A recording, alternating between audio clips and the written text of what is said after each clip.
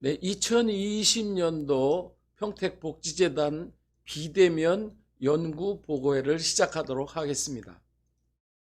네, 여러분들이 그 그림에서 보시는 것 같이 초고령 사회를 대비하는 돌봄 요양 서비스로 커뮤니티 케어라는 말씀을 여러분들이 요즘 많이 들으실 겁니다. 그래서 오늘은 그 커뮤니티 케어가 무엇인가에 대한 말씀을 드리겠습니다. 여러분 보시는 그런 거와 같이 그림이 조금 이상하다는 거 느끼시겠습니까?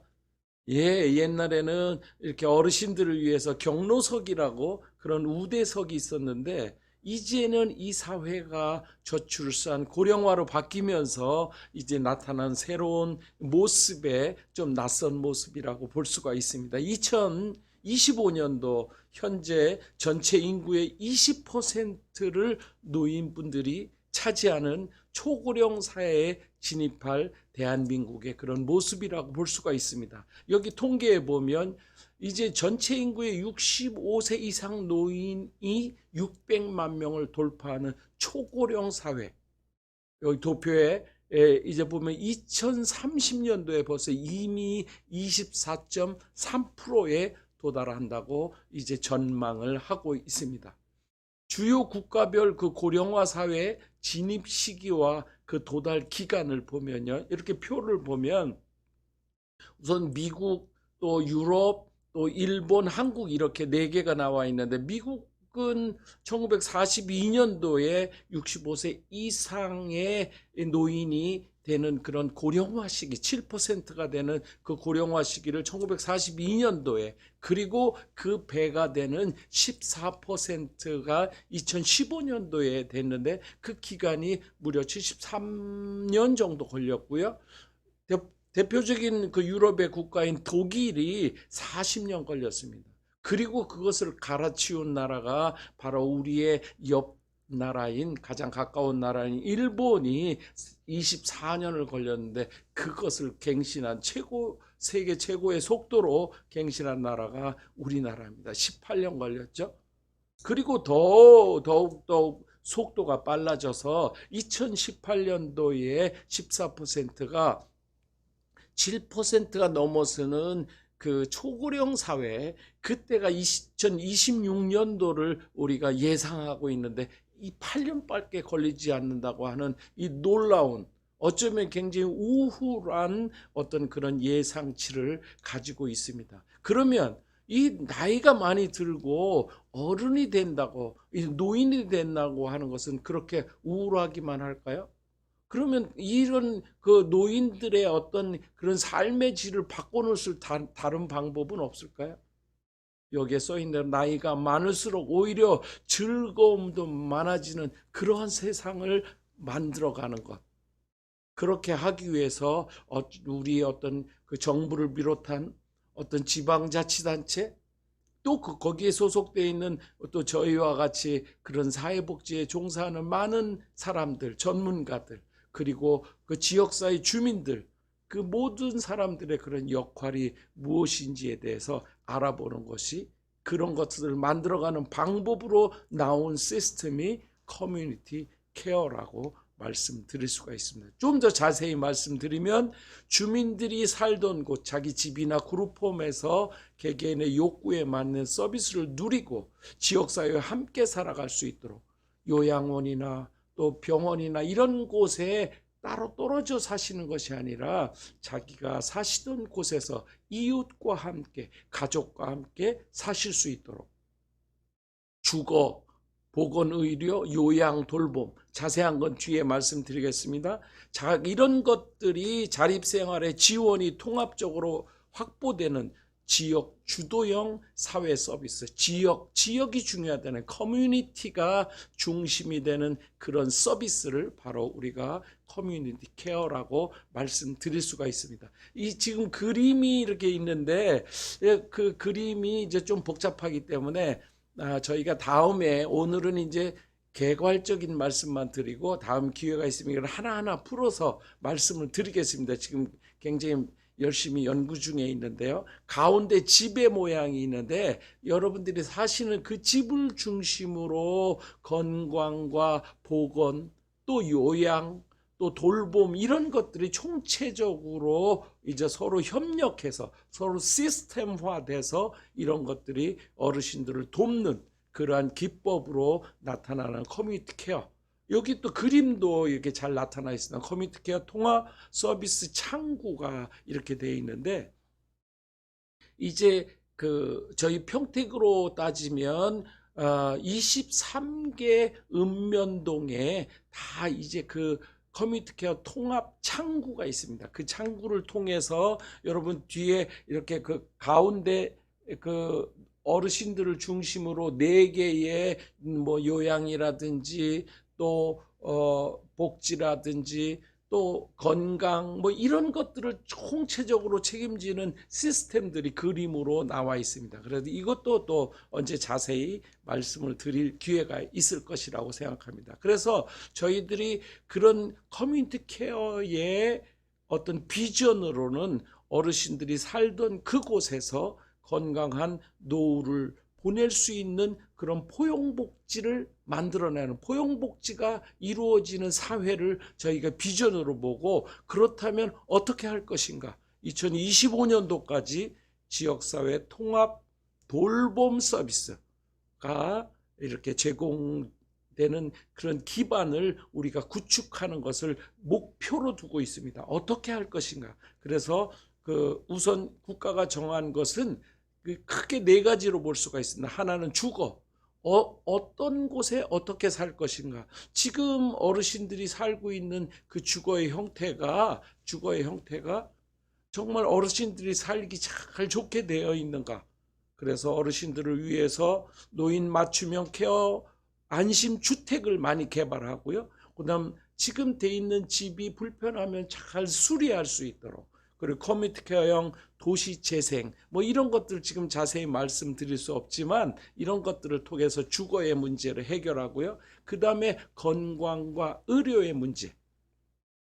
그래서 어떻게 하면 지역사회에 있는 어떤 병원들이나 보건소나 그런 의료 인력들과 복지 인력들이 서로 잘 이렇게 어울려서 어르신들을 돌볼 것인가. 그리고 이제는 어떻게 요양, 케어 어떻게 할 것인가. 우리가 집으로 찾아가서 이제 어르신들이 잘 그 집에 계시는 동안 편안한 삶을 사실 수 있도록 식사 문제라든지 어떤 장기요양보험과의 관계라든지 뭐 이런 것들을 저희가 잘 해드릴 것입니다. 그리고 이제 서비스와 이제 국가가 가지고 있는 또 지방자치단체가 가지고 있는 여러 가지 어떤 그런 서비스들이 잘 연계될 수 있도록 돕는 일, 이런 것들을 저희들이 그 커뮤니티 케어에서 추진하고 있습니다. 한국 정부는 이런 추진 사업의 앞으로의 전망에 대해서 나누고 있는데, 첫 번째 케어 안심주택이라고 해서 2022년도까지 4만 호를 목표로 하고요.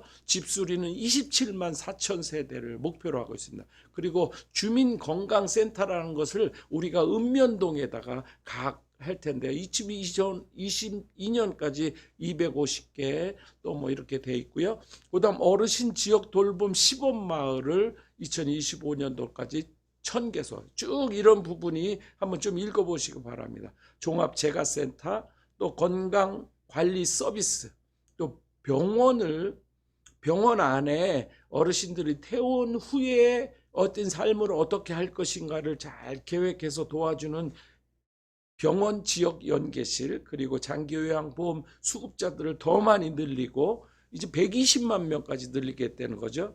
장기요양 재가 서비스, 또 신규 재가 서비스, 이런 것들을 국가가 이제 그 계획하고 있는 것입니다. 그렇다면 평택에서는 어떻게 할 것인가? 초고령 사회를 대비하는 평택시 커뮤니티 케어 체계를 어떻게 구축할 것인가? 다른 말로 얘기하면 평택 통합 돌봄 시스템을 어떻게 구축할 것인가. 그래서 이것도 뭐 설명거리가 많이 있지만 그냥 간단하게 보면, 그전에는 주로 자립생활을 이루는 주민에 관련된 돌봄, 우리가 이제 자녀적 복지라고 하는데 선별적 복지라고도 하고, 이미 문제가 돼 있는, 정말 우리가 복지라고 생각하면 옛날에 가난하고 이렇게 정말 필요로 하는 사람들에게만 해주던 그런 선별된 사람들만 해주던 그런 선별복지에서 이제는 우리도 이제 그 여러 가지 정부를 걸치면서 점점점 복지 혜택의 인구를 늘려가면서 최근에까지는 이제 급기야는 우리가 커뮤니티 케어를 통해서 우리가 이야기하는 보편복지, 복지라는 것은 가난하고 정말 이런 분들만 받는 혜택이 아니라 국민이라면 누구든지 받는 어떤 그런 보편복지로 확대를 통해서 그런 것들을 이제는 국가만이 아니라 지역사회, 커뮤니티가 함께해서 지역을 돌보며 서로 함께 살아가는 이런 것들로 이제 진행되고 있습니다. 그래서 평택시에서는 이렇게 5단계로 이렇게 걸쳐 있는데요. 처음에는 준비 시작 단계, 그리고 두 번째는 실행 단계, 그리고 실행 점검 도약 단계, 그리고 확장 단계. 그래서 2026년도에는 이 평택시만이 아니라 전국에 있는 지자체가 모두 다 똑같이 2026년도부터는 커뮤니티가 실시됩니다. 그러나 똑같이 실시된다고 해서 똑같은 방법이 아니라 방법은 다 각기 다릅니다. 또 그 지역사회 욕구에 따라서 각기 다른 방법으로. 그래서 평택시는 이제 벌써 시작이 됐죠. 2020년. 어쩌면 그 전부터 평택복지재단에서는 2019년도에 커뮤니티 케어가 무엇인가, 앞으로 무엇을 할 것인가에 대한 계획을 이미 1년 동안 연구해서 세웠고요. 2020년도부터는 그것을 어떻게 실행할 것인가에 대한 준비로 해서 시작 단계에 있습니다. 그래서 그 표에 보신 대로 그 내용들을 잘 보시면 이해가 쉬우실 것 같고요. 그래서 평택시에서는 권역을 나눠서 그 전체 대권역, 평택시를 대권역으로 보고요. 그 다음에 밑에 6개의 남부, 북부, 서부 뭐 이렇게 나눠가지고 6개 권역으로 보고, 그리고 이제 소권역으로 읍면동 23개 읍면동, 그리고 여기 그림상에는 안 나왔지만 10,000명을 기준으로 해서 미세권역까지 크게는 우리가 4단계로 하고 있습니다. 여기 그림상에는 3단계만 보여드렸습니다. 그래서 여기 평택시 커뮤니티를 권역별로 우리가 나눴는데 제일 그 파란색으로 보이는 게 이제 대권역이죠. 그 다음에 이제 중권역을 거기 동별로 나눴습니다. 그래서 그 어떤 동은 뭐 3개, 그 동의 크기와 인구와 지역적인 성향 뭐 이런 것들을 다 합쳐가지고 저희 연구실에서 아주 세분화해서 이걸 나눠가지고 중권역을 전부 6개 권역으로 나눴습니다. 그리고 이제 그 소권역은 이제 6개 권역이고, 소권역은 23개 읍면동, 그리고 아까 말씀드린 미세권역까지 이렇게 나눴습니다. 그래서 대권역은 주로 대권역에서 하는 이들은 전반적인 계획을 중심으로 하고 있습니다. 물론 저희들이 가운데 복지재단이라고 집어넣었지만 그것은 이제 복지재단이 먼저 이 커뮤니티 케어에서 주로 연구도 일찍 했을 뿐만 아니라 전반적으로 이렇게 연계하고 하는 이런 일들을 해야 되기 때문에 평택시와 밀접한 관계를 통해서 평택에 있는 의사회, 뭐 LH, 도시공사, 뭐 자원봉사센터, 보건소, 사회보장협의회 이런 데들이 하나의 그 TF팀을 이뤄서 대권역을 이루고요. 그 다음에 이제 중권역으로는 저희가 이제 6개 아까 보여드린 대로 중권역에서는 3개 읍면동을 1개로 묶어가지고 지역사회 케어 협의체라고 하는 것을 이제 저희들이 나눴는데, 그 6개의 중권역에서는 그 중권역마다 있는 그 커뮤니티 케어를 실현하는데 도움이 되는 모든 단체들이 서로 협력체를 이루어서 서로 시스템화돼서 일들을 역할을 나눠서 그 중권역에서 아주 액티브하게 이런 것들이 이루어지고, 그것이 이제 그 소권역으로 내려가면 소권역에서는 이제 나중에 말씀드릴 이제 케어 리더라고 하는 그 지역사회, 그 동네의 어떤 리더들을 중심으로 해서 어떤 그런 그 지역사회에 있는 여러 그 어르신들을 위해서 식사를 제공한다든지, 안전, 또 뭐 건강 리더, 자원봉사활동, 경로당 뭐 여러 가지 지금 쭉 적어놓은 그런 것들의 활동들이 소권역에서 일어나는 것을 저희가 커뮤니티 케어로 알 수가 있습니다. 특별히 커뮤니티 케어에서는 어르신들의 건강 부분을 굉장히 중요시 여기고 있는데요. 케어 예방 및 건강한 자립생활 지원 사업을 위해서 저희들이 이 세 분으로 나눴습니다. 이 건강하신 분들을 또 어르신 분들을 위한 자립생활자, 그리고 이제